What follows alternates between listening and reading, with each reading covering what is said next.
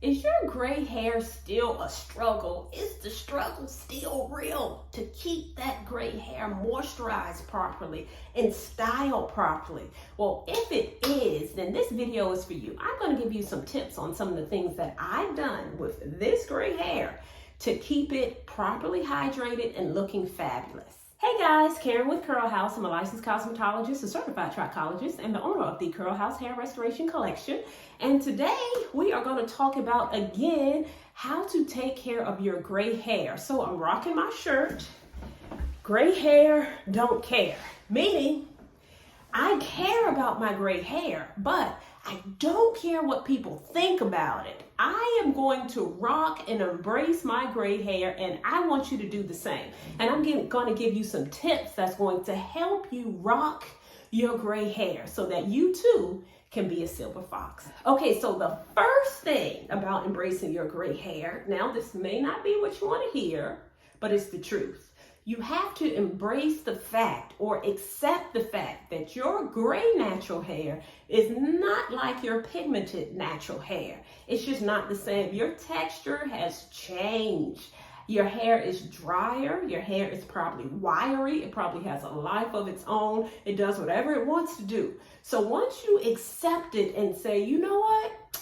This is my gray hair. And I'm going to learn how to do it, and I'm going to rock it. I promise you, when you change your mindset, it's going to keep you from getting so frustrated with your gray hair. So that's number one, y'all. Go ahead and accept that your gray hair is just different. But just like you learn how to embrace and rock and style your natural hair, pigmented natural hair, you can do the same with your gray hair. And that's what we're going to talk about now. It's important for you to know why your hair is gray. So in a nutshell, your gray hair is a result of your melanocytes or melanocytes dying off. So of course, you're losing the pigmentation, and your sebaceous glands, which produces the sebum around your hair follicle, they start to die off too. So as a result, your hair becomes drier because it's not producing the same amount of sebum, and your hair becomes discolored. And with that discoloration becomes a different texture. The strength of your hair is not the same, so it's more susceptible to breakage. And of course, because the sebum is slowing down, then it's drier. It is important to know what is your hair's porosity. Let me explain it to you real quick. Let me teach you about porosity in 1 minute. So porosity is simply your hair's ability to absorb and retain moisture. So your hair strand is made of layers. The outer layer is the cuticle layer. It's very similar to these blinds. With low porosity hair, that cuticle layer lies flat, very similar to this. And if you have low porosity hair, when you moisturize your hair, like that, as you can see, it's hard for water to enter the hair strand, but it's also hard for it to be released. Now with high porosity hair, it's the exact opposite. High porosity hair, the hair layer is open. So when you moisturize your hair, that moisture enters the hair strand quickly, but it leaves just as quickly. So determine what type of porosity level your hair is, and that is also going to help you to determine how often you need to moisturize your hair. So my gray hair is high porosity. Actually, I have both porosities, low and high, but most of my gray is concentrated right in the front. And the texture of my hair is much different. It is definitely high porosity. My hair takes in moisture or water very quickly, and it releases it just as quickly. And with high porosity hair, it is more difficult to hold on to that moisture. So the first thing that I've had to learn with high porosity hair, or specifically with my gray hair, is how to properly moisturize, one, and prioritizing the moisturization of my hair in front of the hairstyle. So that's tip number one. Make sure you know how to properly moisturize your hair. So moisturizing your hair primarily contains ingredients with 1, water, and 2, humectants. A humectant can be Vegetable glycerin is a humectant. Aloe is a humectant. Honey is a humectant. So when you're looking at your moisturizers or leave-in conditioners, because these products, the names of the products can be used interchangeably, make sure you're using a product that has a high concentration of water and a humectant. Before recently, I would moisturize my hair like every single day because I would moisturize it and then the moisture would just leave. But what I started doing, I started putting moisturizer in my hair and I started sealing it with oil. So sealing it means just putting an oil barrier, applying oil to your hair shaft after it's been moisturized. And that has been like a game changer. Now that I'm applying more oil to my hair, in addition to the water-based product, my hair stays hydrated for a few days as opposed to moisturizing it every day the way I used to. So now I'm able to lock in that moisturizer much longer. So there are different types of oils you can use depending on your porosity. And if you don't know your porosity, I'm gonna put a video up above so that you can determine what your porosity is. But depending on your porosity, or more specifically, depending on your texture. If you have finer textured hair, sometimes a lot of oils will weigh your hair down. So you may not want to go with heavy oils like a castor oil, for example. But an oil that I recommend, because it's kind of in between, is light enough to use it on any texture, in my opinion, is jojoba oil. And jojoba oil, why I love jojoba oil, is because it's the oil that kind of mimics what your scalp produces anyway. That sebum I was talking about, the sebum that is starting to decline as a result of your hair graying. Jojoba oil mimics the natural sebum that your hair produces anyway. So if you're putting a water-based product moisturizer in your hair, and then if you're applying some jojoba oil to it, your hair will love it. So my silver foxes, that is one thing I want you to try. I want you to try moisturizing your hair and applying some oil and see if that makes a difference in how long your hair can retain moisture. Now, the second thing with that is what I said earlier, prioritizing the moisturization of your hair over the style. Now, yes, I still want to look fabulous being a silver fox. However, I put more moisturizer in my hair than styling product. My two signature styles is a wash and go and 2-strand twist that I keep in 2-strand twists. So a wash and go, I'm gonna pop a video up above on how I do my wash and go. But 2-strand twist, what that does, I'll wash my hair and then I will apply a lot of moisturizer in the hair, oil to seal it, and then a little bit of styling product, and I keep it in twists, and I just keep it kind of tucked away for a few days. My hair feels amazing, y'all, because it not only locks in that moisture, but the hair is not out and exposed. When your hair is out and exposed to the elements, then the moisturization of your hair can decline even quicker. But when you have it kind of tucked away and twist where it's not out and exposed, your hair will hold on to that moisture even longer. So my next tip I'm going to give you is to deep condition. That means put your conditioner in your hair, apply a cap, sit under a hooded dryer for 15 or 20 minutes. But this time when I say deep condition, I want you to do something for me.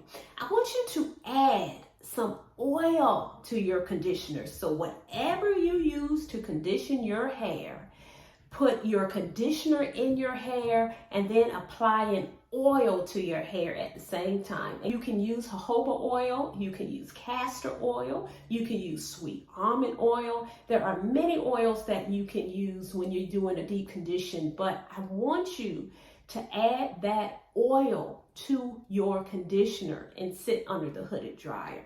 That is going to make a difference in how your hair feels, because what the oil is going to do, in addition to the deep condition, the oil is going to also help to coat your hair strand. And when your hair strand is coated, particularly if you have high porosity hair, it is going to trap in some of that moisture so that you're not losing moisture as quickly. So try a deep conditioner with oil added. In addition to a deep conditioner weekly, I need you to balance that with a protein treatment. So your hair, because it may be high porosity, if it's gray, a lot of people with gray hair have high porosity hair, but even if it's low porosity, I still want you to do a protein treatment. So what a protein treatment does, it helps to strengthen your hair strand, because again, with gray hair, it's lost its elasticity. And if it's high porosity gray hair, that outer or cuticle layer of hair is lifted. And when that cuticle layer is lifted, it's again taking in moisture and it's leaving just as quickly. So that protein treatment is going to help to close that cuticle layer a little bit, strengthening the hair strand and making it less susceptible to moisture loss. And that is going to help your gray hair stay moisturized even longer. So if you're doing weekly deep conditioners, I want you to add in a protein treatment about once a month.